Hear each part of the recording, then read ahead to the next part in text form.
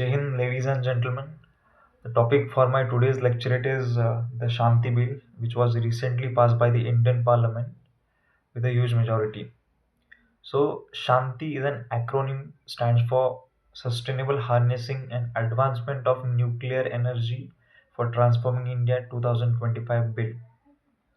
Now, it has become an act. So, act.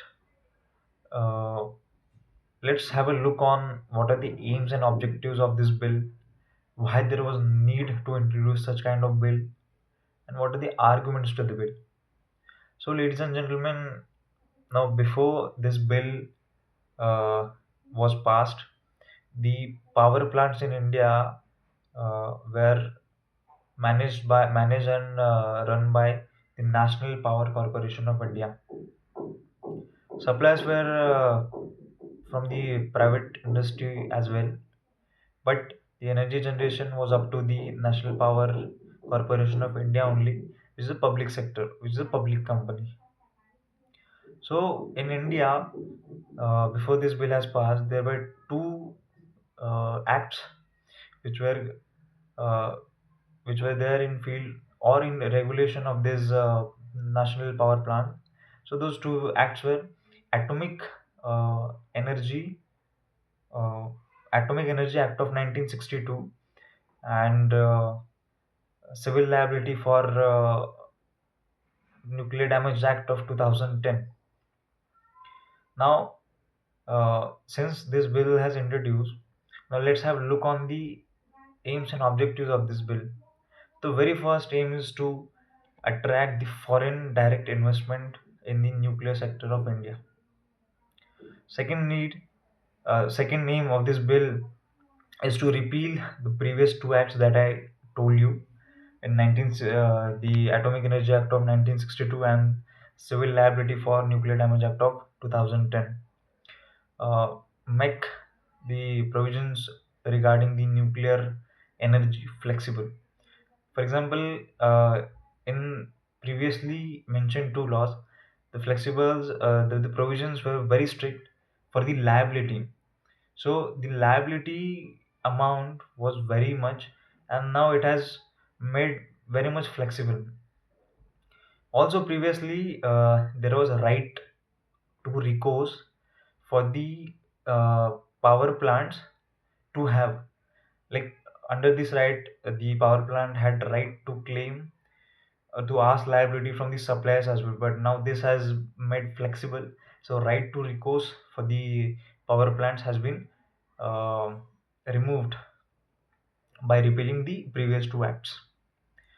Now, talking about why there was need, so the very first thing is that India's need for shifting to alternative energy resource. The best line for this would be the desperate need for the alternative to the coal fire capacity. Like 50% of the energy generation in India is by the coal fired capacity.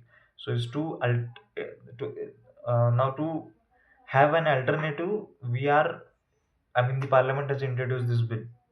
Second thing is that need more capital to scale up the nuclear addition in India. I'm talking about the arguments. So this is my personal opinion that there is unclear mention or vague mention of the liability caused by the nuclear waste management. There is no mention of this, so there is no clarification of this. There should have been any clarification, because we have seen across the world that the damages also happen. The pollution or the healthcare crisis also happen because of the poor waste management of the nuclear waste. This should have been there. This is the first argument, I would say.